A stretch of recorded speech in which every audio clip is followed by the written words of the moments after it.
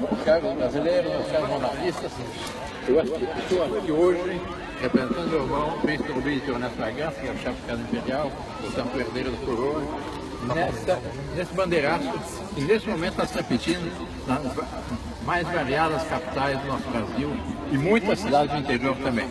Eu recebi e-mail de Campina Grande, da Paraíba, de toda parte, são os 4 cantos do Brasil. O que significa esse bandeiraço? Significa uma esperança. A esperança de que o Brasil volte a retomar as vias de sua história, das quais ele jamais deveria ter sido desviado no dia 15 de novembro de 1889. Significa a esperança que o Brasil volte àquelas vias gloriosas do 7 de setembro, em que o Brasil, logo depois da sua consagração, da declaração da independência, foi consagrado a Nossa Senhora Aparecida. E Nossa Senhora Aparecida até hoje é a Rainha do Brasil. Portanto, aos olhos de Deus, o Brasil não é uma república. Aliás, nenhum presente, quando reza o Pai Nosso, reza, venha a vossa república.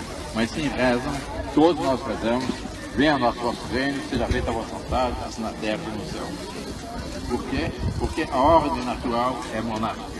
Deus fez as coisas de uma forma monárquica. E Deus quer o nosso Brasil como uma monarquia.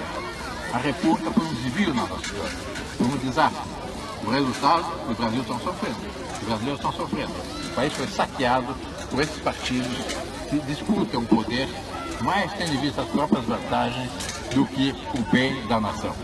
Que diferença com os bons tempos de Dom Pedro II.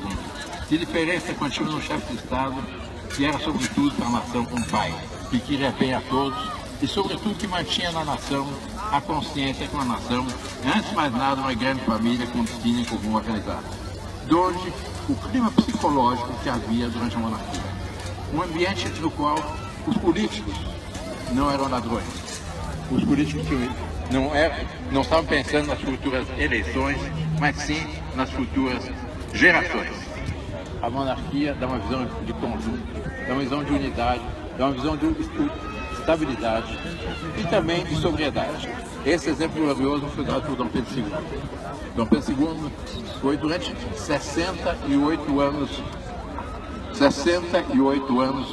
imperador do Brasil e 49 como imperador de fato, de direito e de fato. Ele assumiu a chefia de Estado quando foi feita sua maioridade em 1840, quando tinha 15 anos incompletos. E aí começou o período áureo da nossa história. E Dom Pedro II foi vítima, no fim, de um golpe de Estado, de uma minoria de militares. Os manuais de história militar dizem que era apenas 30% dos militares que eram a favor da monarquia, era a guarnição do Rio de Janeiro, e de uma minoria que quis impor um regime que não correspondia às nossas aspirações. Eles nunca tiveram coragem de fazer uma consulta autêntica ao povo brasileiro se de fato queriam uma monarquia ou preferiam uma república. Pelo contrário, se houve uma corrente que teve seus direitos políticos cassados durante 99 anos, como nós monarquistas. Até a Constituição de 1988, essa nossa manifestação seria considerada subversiva. Só não é mais porque, por ocasião da Constituinte, Dom Luís, o chefe da Casa Imperial, mandou uma carta a todos os deputados mostrando a incoerência que havia no momento de abertura política e querer manter a monarquia, aos monarquistas fora da lei e com suas atividades proibidas. Graças a Deus, eles ouviram esse apelo de Dom Luís. Naquela ocasião, apenas 2 partidos votaram pela continuação da cassação dos nossos direitos políticos, como o PT e o PCdoB. Os outros todos votaram pela libertação do monarquista. E agora, nós devemos procurar fazer uma ação para dar consciência ao povo brasileiro, conscientizar o povo brasileiro desse futuro que nos espera, desse futuro que está no fundo da alma de todos. Diz um escritor brasileiro que no Brasil, entre todos os republicanos, há um monarquista que dorme. E o que nós estamos assistindo é exatamente isso. Os sucessivos golpes, solavancos, crises da República estão agredindo aos monarquistas e estão despertando para a realidade. Estão caindo na real.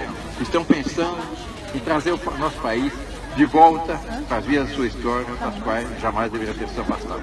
Portanto, peçamos a Deus Nosso Senhor, nesse 7 de setembro, de 2017, versando Nossa Senhora Aparecida, a qual o Brasil foi consagrado pelo Imperador Dom Pedro I, logo depois da independência, que nos ajude, que abençoe nossa pátria e que faça com que os brasileiros, o quanto antes, voltem a ter aquele regime com o qual todos nós sonhamos e que está no fundo da alma de todos os brasileiros.